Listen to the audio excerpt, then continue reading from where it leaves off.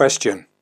If I am correct, the Ascended Masters say that evil has no real existence, but I don't know how to associate this with what goes on around us. Is temporary, but at the same time lasts so long. Is this a truth of value? So we might need to go after these statements and uncover truth, because then they might become valuable and perhaps great lessons of life. Well, it's a subtle topic in the sense that,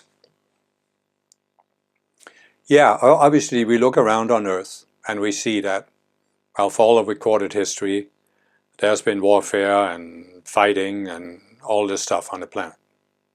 And in a way, it seems to be getting worse. So obviously we can say that in as far as the Earth is real, evil is also real because it obviously has an existence here on this planet. But what I have explained in many of my videos, and especially in How the World Was Created, is that there is a deeper viewpoint of this.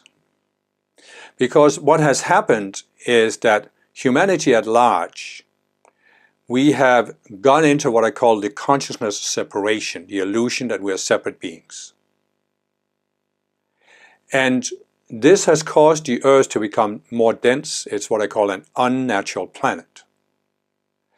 And on an unnatural planet, free will is allowed to outplay itself, where people can see themselves as separate beings, and they can make choices based on this belief, this illusion that they are separate beings. And that's why they can do these things to each other, that we call evil. If I see myself as connected to you, I see that if I kill you, it's going to harm myself. So why would I be stupid enough to kill you? But if I see myself as separated from you because I'm saying, well, if I kill your body, my body isn't going to die, so therefore I can get away with killing you, it's not going to affect me,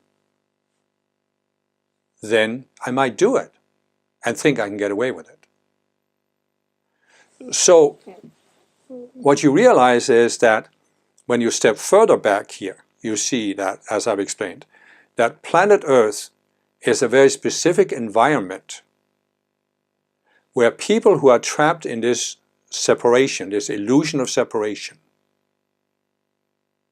are allowed to outplay their state of consciousness until they've had enough of the experience. You can say, as I've said in several videos, that the Earth can be compared to a reality simulator. And when you are in the simulator, you can have two different experiences.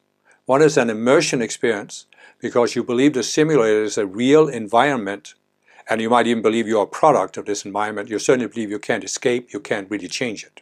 You're disempowered. So that's one experience you can have.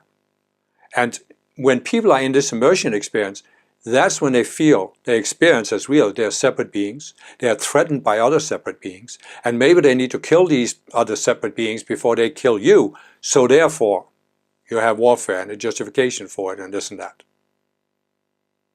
But the other experience you can have in the reality simulator is an awakening experience, and that's when you start doubting the reality of the simulator.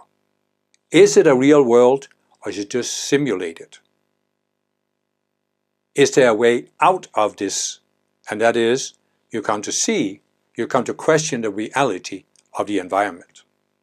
The reality, not in the sense that it isn't there, but that it doesn't define you. It has power over your physical body, doesn't have power over you because you're a being that originated outside the simulator. You're not a product of the simulator. And when you start seeing that, that's when you can start seeing that evil is not ultimately real, because nothing on earth is ultimately real in the sense that it's permanent, or in the sense that it was created by some higher power. So in other words, you can see some teachings, for example, Gnostic teachings, that will say, there is a God, but that God exists in a polarity with a demiurge that's evil. So good and evil came into existence at the same time. One can't exist without the other. That's the dualistic viewpoint, as I've talked about in several videos. But the reality is that the God we see on earth is a creation of the simulator, and the devil we talk about is also a creation of the simulator. They have no reality outside the simulator. And what that means is that evil does not have any permanent existence. And evil was not created or came into being as a result of some higher power or some laws of nature. Evil is the result of the choices that we human beings have made based on seeing ourselves as separate beings, based on thinking through this duality consciousness. It makes us think we have the absolute truth and we need to defend it against those who oppose it. So evil is a product of this duality consciousness that can justify anything, including justifying killing other people. We all have an intuitive sense that killing is wrong, at least most people do.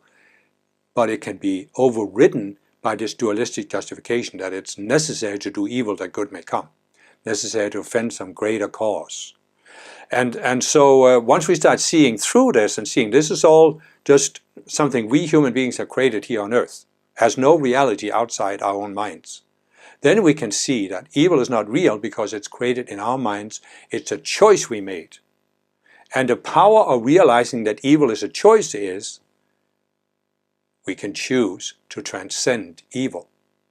But in order to transcend evil, that's the trickiness that I've talked about in a number of videos, we have to transcend the duality consciousness. So we can't just transcend evil, relative evil, we also have to transcend the opposite dualistic polarity, relative good. You see, we have to transcend both. And when you grasp that intuitively, that's when you can really start seeing through the causes of war, the causes of conflict, and freeing yourself from it so that you are not pulled into reacting to this. You are not pulled into thinking that you have to take part of this dualistic conflict. And there are spiritual people over the years, and certainly religious people, who have felt that it was necessary for them to engage in a war because there was this dark force that was opposing the light, and the only way to avoid this was to destroy the dark force physically. But the only way really is to, in your mind, destroy both the dark force and the opposite, the dualistic pairing of good and evil.